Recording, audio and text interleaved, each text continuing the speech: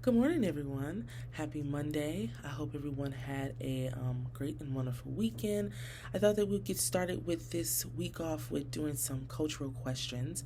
I had a few people tell me that there was quite a few cultural questions that were on their exam, so I kind of figured let's hit the ground running with this one so we can get a better understanding of how to navigate these questions so that we can find the best answer much quickly.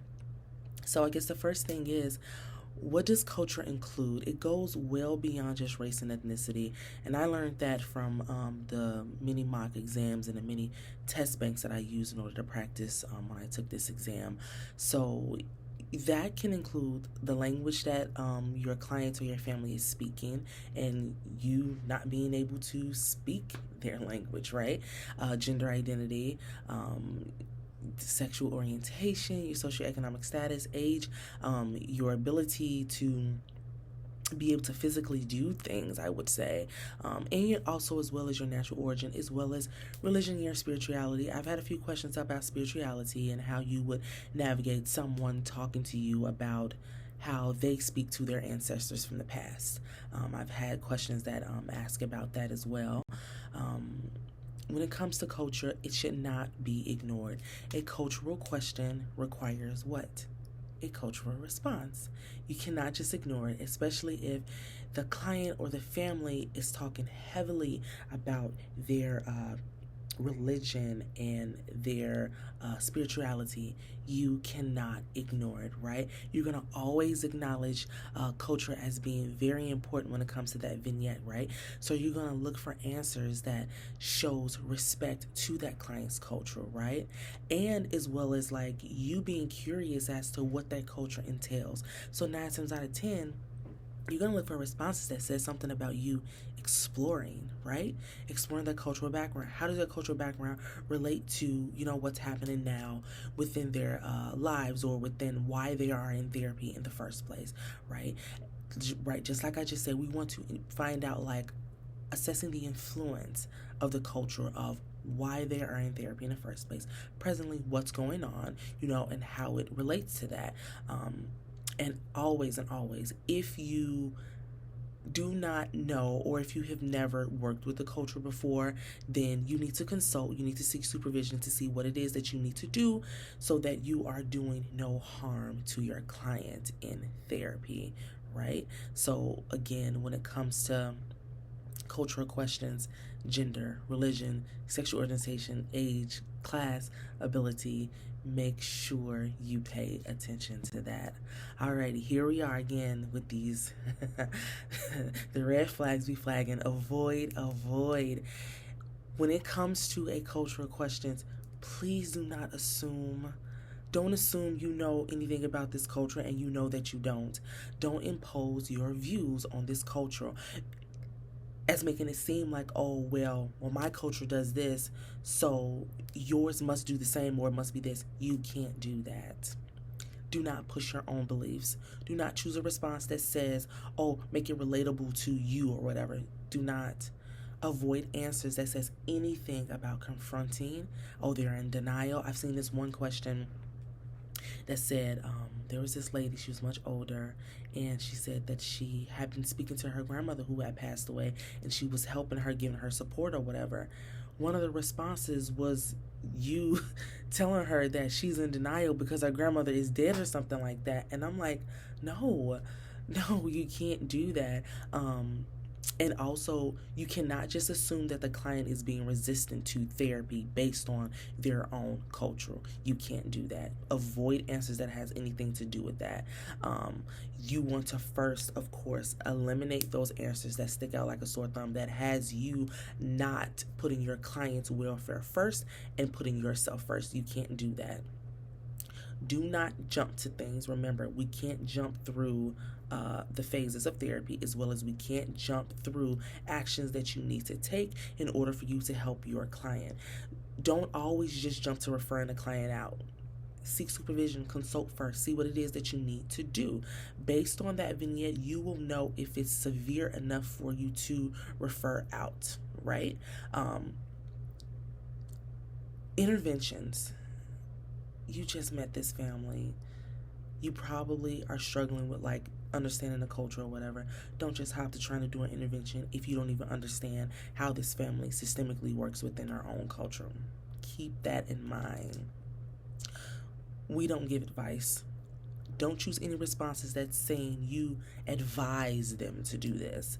Give them advice on this. Can't do that. Do not challenge their beliefs. Don't tell them that they're in denial. Don't tell them that their beliefs are incorrect. Don't try to make it seem like, oh, my beliefs are better than your clients. Nope, you can't do that. Avoid doing that. Do not pick a response that if they're saying something about their cultural is their beliefs and what they believe in, but yet they're going through an issue, but you want to say normalize it.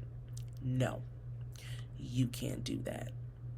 You need to make sure, like, oh, let's explore what their cultural background has to do with the present issue that they have right now.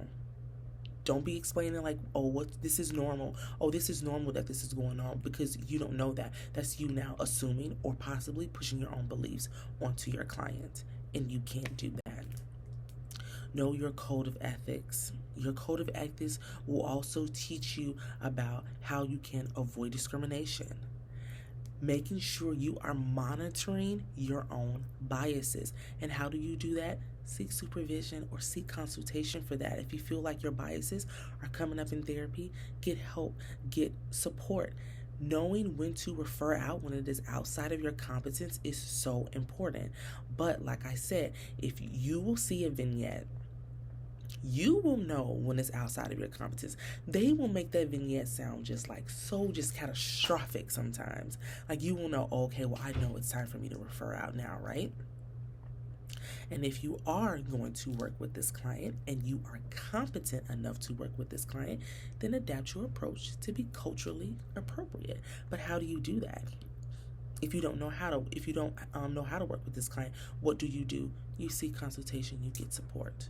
Make sure that your client welfare is always put first. Do not choose yourself over the client. You cannot do harm to your client. And if you are unaware of your own biases in therapy, then pay attention to what that client may be saying back to you. And be like, oh, well, maybe I'm not getting it. Maybe I am pushing my beliefs. And then you do need to do what? Seek consultation, get some support.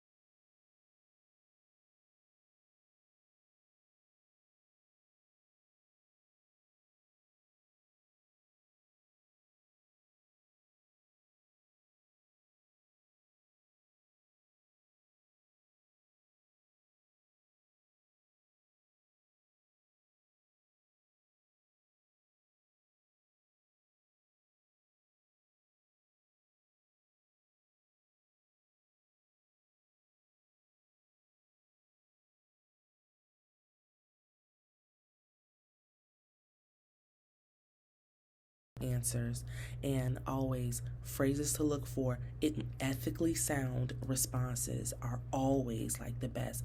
Explore, assess, validate, collaborate, seek supervision, acknowledge is such a really important one. You want to always acknowledge that client's cultural piece, religion, spirituality, gender identity, socioeconomic status. You want to acknowledge that. If you see an answer that says anything about acknowledge, then it might be just right?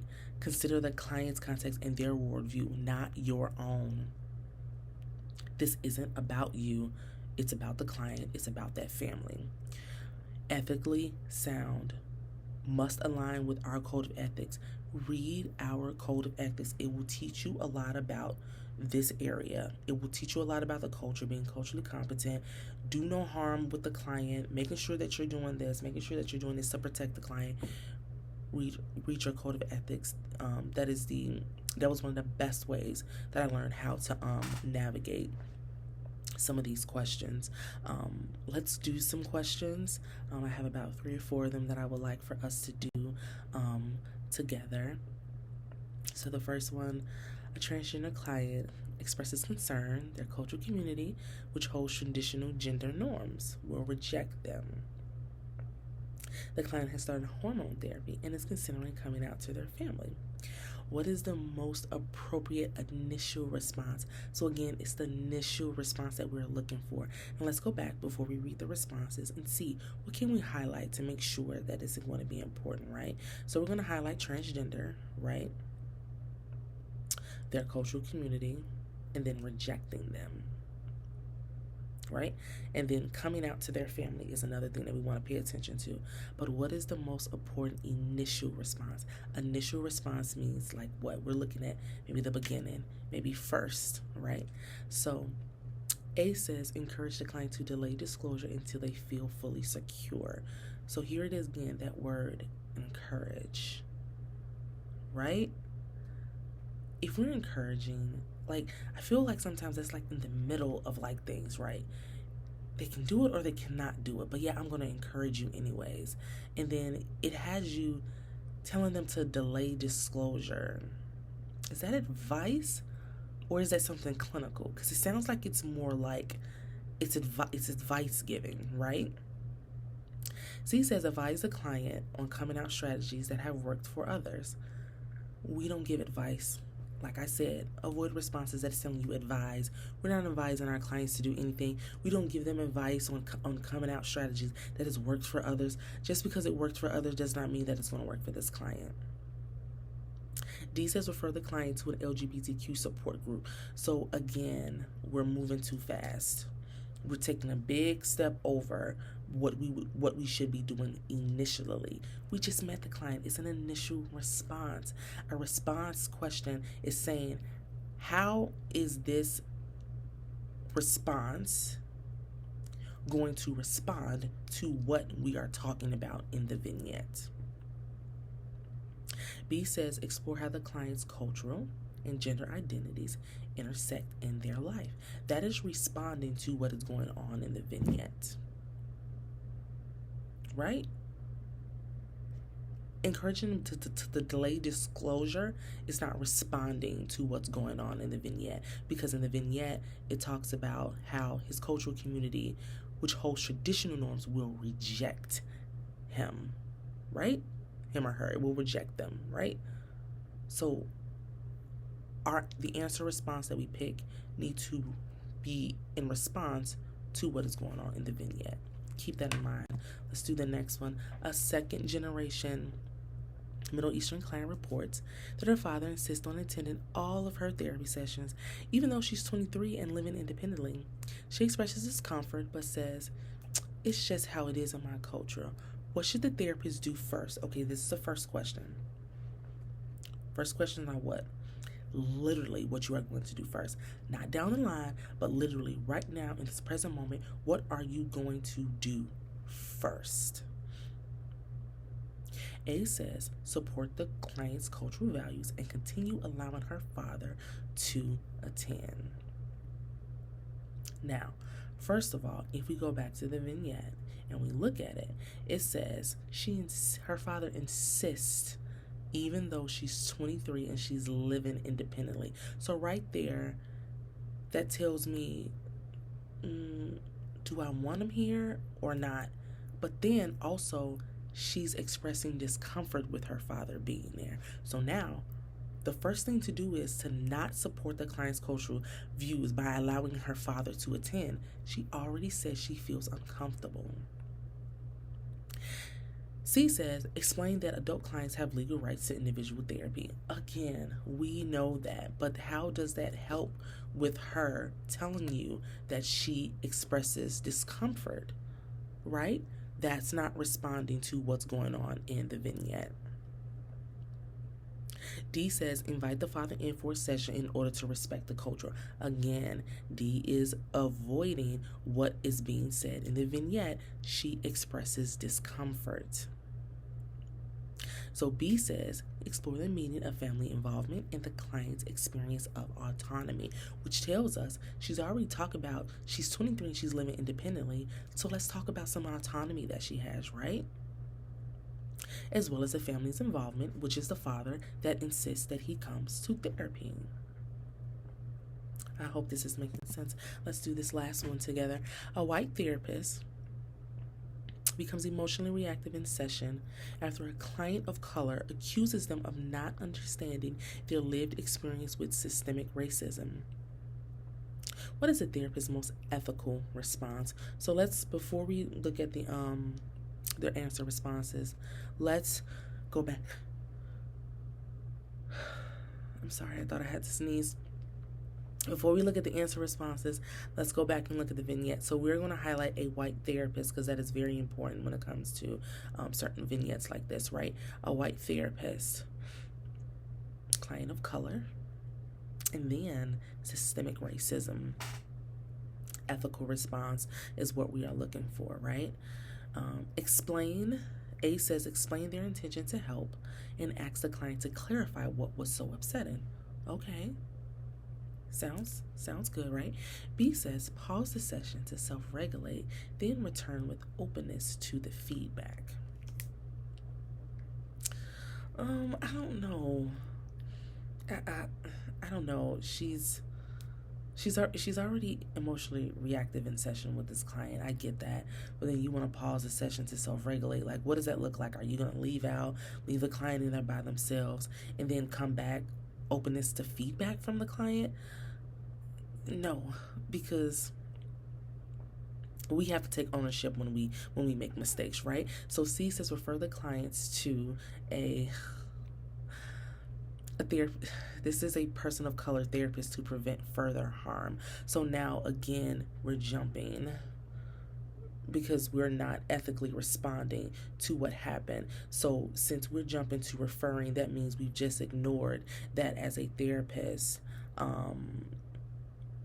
you've possibly made a mistake, or you've possibly come off as being not understanding, or at some moment made that person of color, that client, feel like systemic racism was not something that they looked at as they were doing therapy.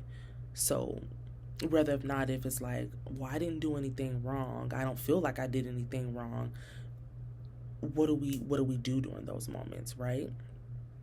We just don't refer out. We first have to at least acknowledge that something did happen, and we need to clarify what was going on before we even get to that point, right? So D says, defend their clinical judgment while affirming the client. So here is the thing. Again, this question is asking for the most ethical response of how you're going to handle a cultural, I'm trying to find the right words because I don't want to like make it seem like, oh, this therapist purposely or maliciously have done something wrong, because it says, again, the client of color accuses them of not understanding their lived experience. Did this white therapist know that that's what they were doing? Was it intentional, that they were doing? So that's why we go back and we look at A, explain their intention to help, and ask the client to clarify what was upsetting. Because now this is you learning, right? This is what the client is telling me. How can I clarify this situation so that we can move forward? And if that client feels like, well, this is just not going to work, then we can possibly do C, refer out, if the client feels like, hey, this is just not working. Or if the therapist may feel like, hey, I don't think I can do this. And if you feel like you'll be doing more harm than helping, then yes, you're going to refer out. But again, these questions, when they're asking for the most ethical response, be sure not to skip down the line. Do not go too far before you first do the response that they are asking you for in the vignette. And I think that this was a pretty good question, and I'm glad that I actually found this question. I've seen questions like this as well, where they will say a white therapist and an African American client. There are also responses that they will say that white therapist needs to acknowledge their white privilege. So whenever you see a question, white therapist working with a black client or things of that nature, you want to. Sometimes they will have a response that says that therapists should acknowledge their white privilege. I've learned that as well from AATBS and Jerry Grossman. I hope this made sense with this question. So happy Monday. I know last week we did quite a lot. We did some crisis management. We did some countertransference questions. We also did some termination questions last week. Already it's July testers. You guys are up. Where are your confidence levels, anxiety levels? Where are you with that? As always, I want to share my song of the day, The Story I'll Tell by Naomi Rain. If you listen to Elevation Music, please go ahead and give this song a listen. I absolutely love this song. It speaks a lot about no one knows your journey. No one knows our journeys as to, where we were before we ended up at this very moment. What does your personal growth look like on this journey?